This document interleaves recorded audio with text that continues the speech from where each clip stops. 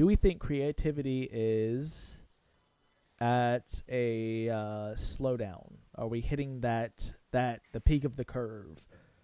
Or is originality and creativity, are we slowing down? Is it saturated? What's the deal? Because So, what?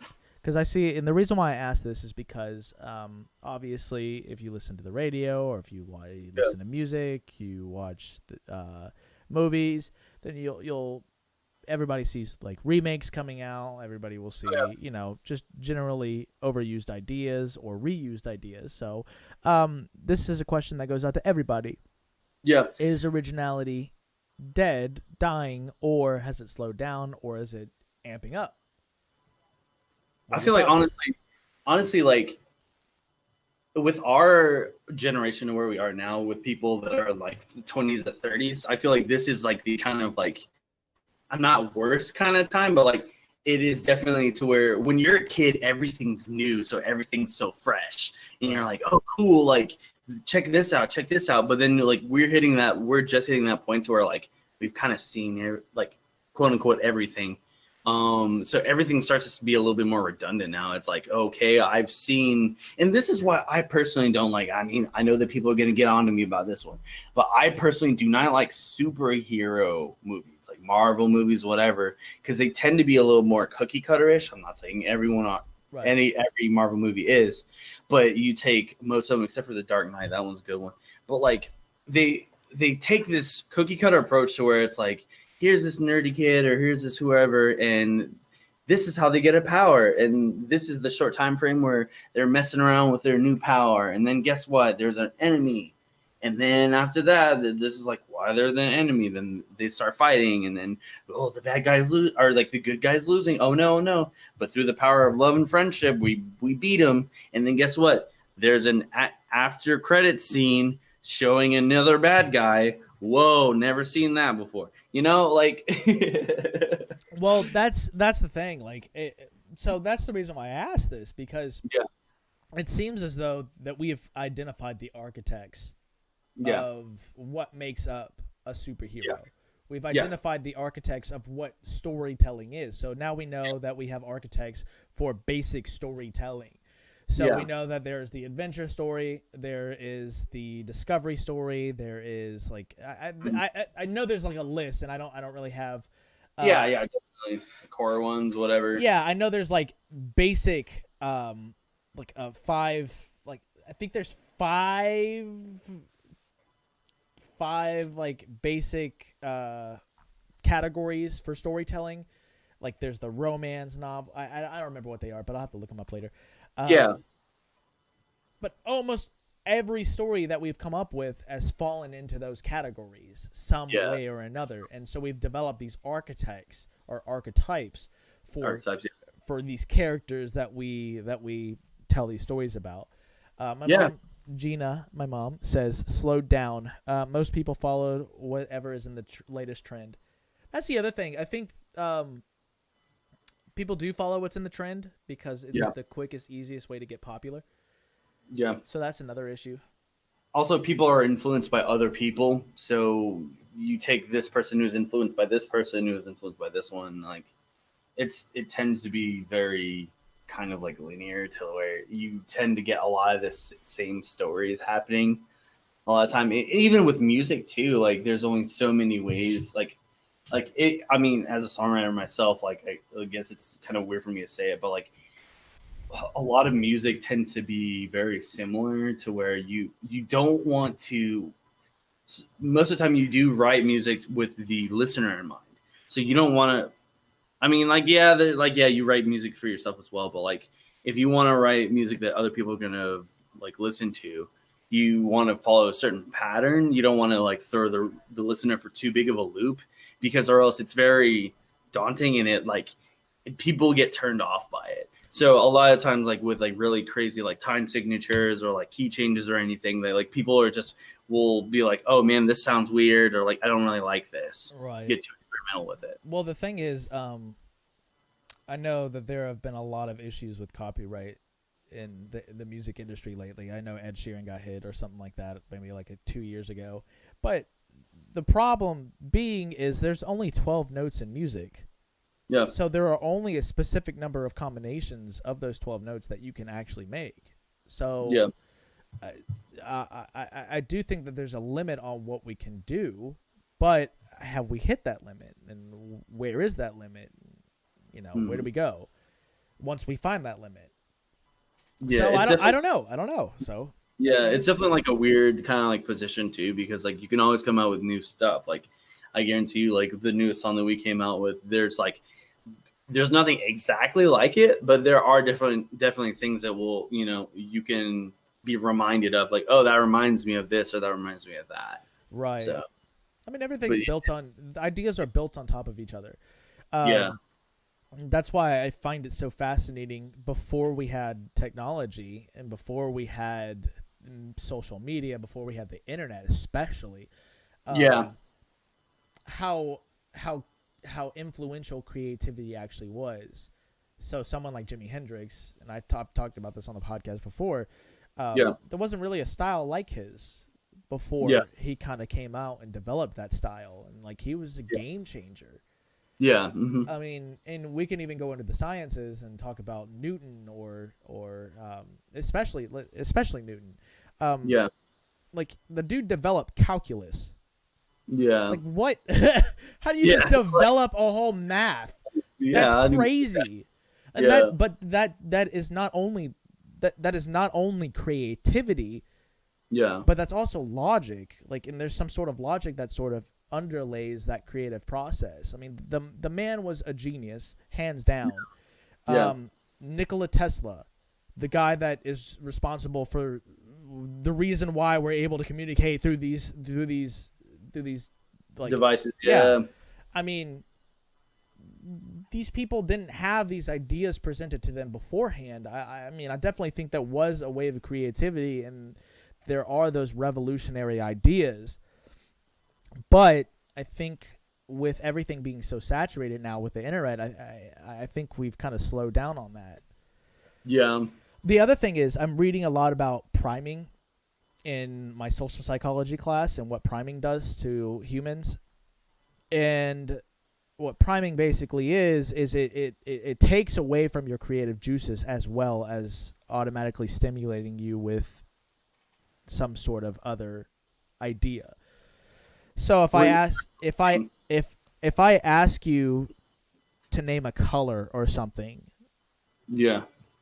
then I could prime you. I could prime you with specific colors. Like I could have said that you said aquamarine because of the background right here. Oh yeah. I could have said that because there were priming factors. There was actually an interesting study done with Yeah. patients who let me see if I can get this right. Basically, scientists were trying to review whether or not a certain set of words would prime you into doing the right or wrong thing. So basically, they gave participants 10 $1 coins, and they told the participants that the coins were theirs and they could do whatever they want with them. They could share them with the next person if they wanted to. And actually, it was encouraged to share it with the next person. So before they even gave them those coins, though, they primed them with a sentence. They primed them to create a sentence out of a list of words, and the words were, "She eradicate, felt, and spirit." And they were asked to form a sentence out of just those words. And basically, the people that formed the sentence, "She felt the spirit," were more likely to give more coins to other people. Okay.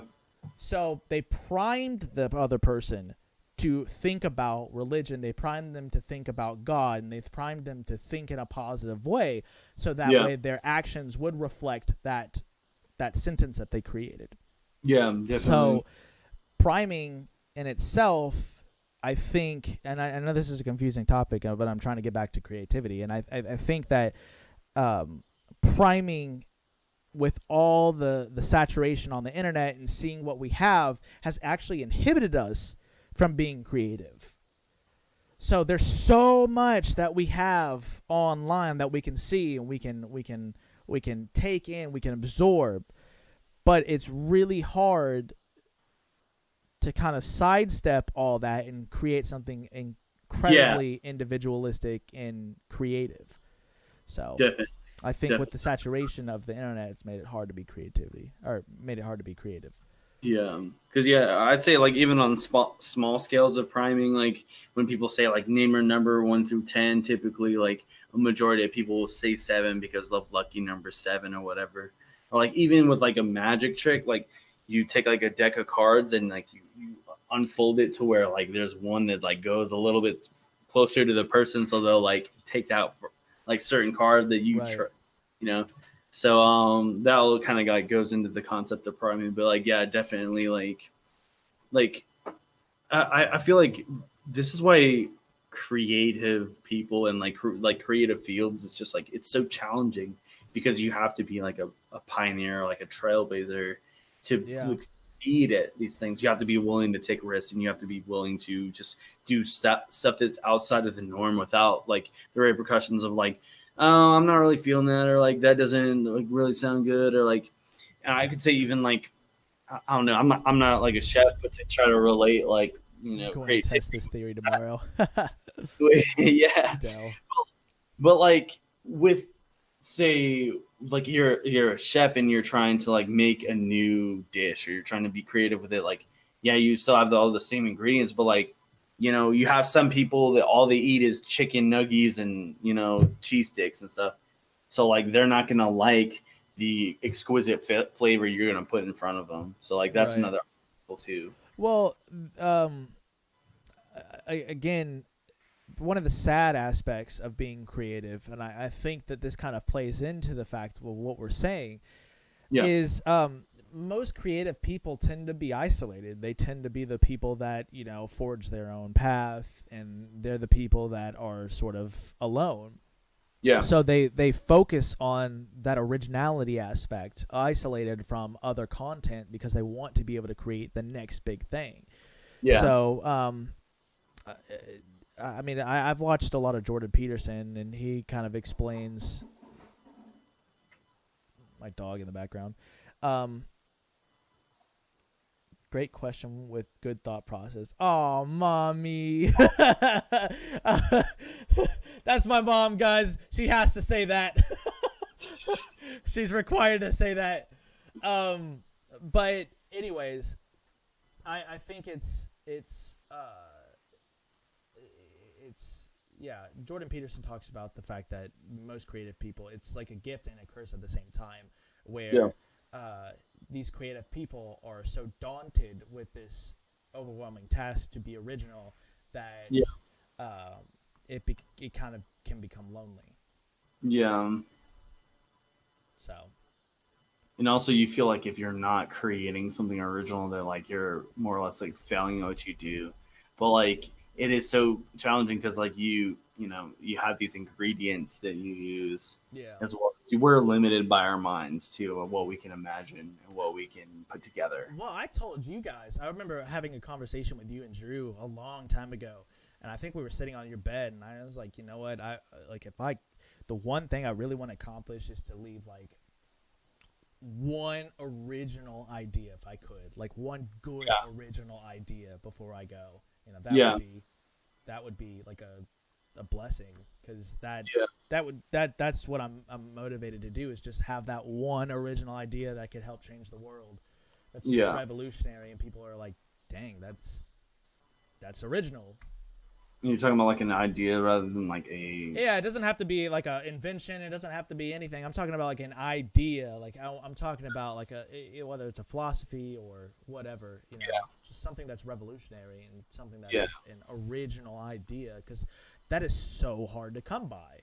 Yeah. Like, original thinking and original ideas are so complicated, and I think people overestimate their ability to be original. Yeah, definitely. And I think it's like it's one of those things to where like how do you then like promote that too? Like let's say you even do that. Like how do you expose other people to that? And my microphone or Kayla's microphone?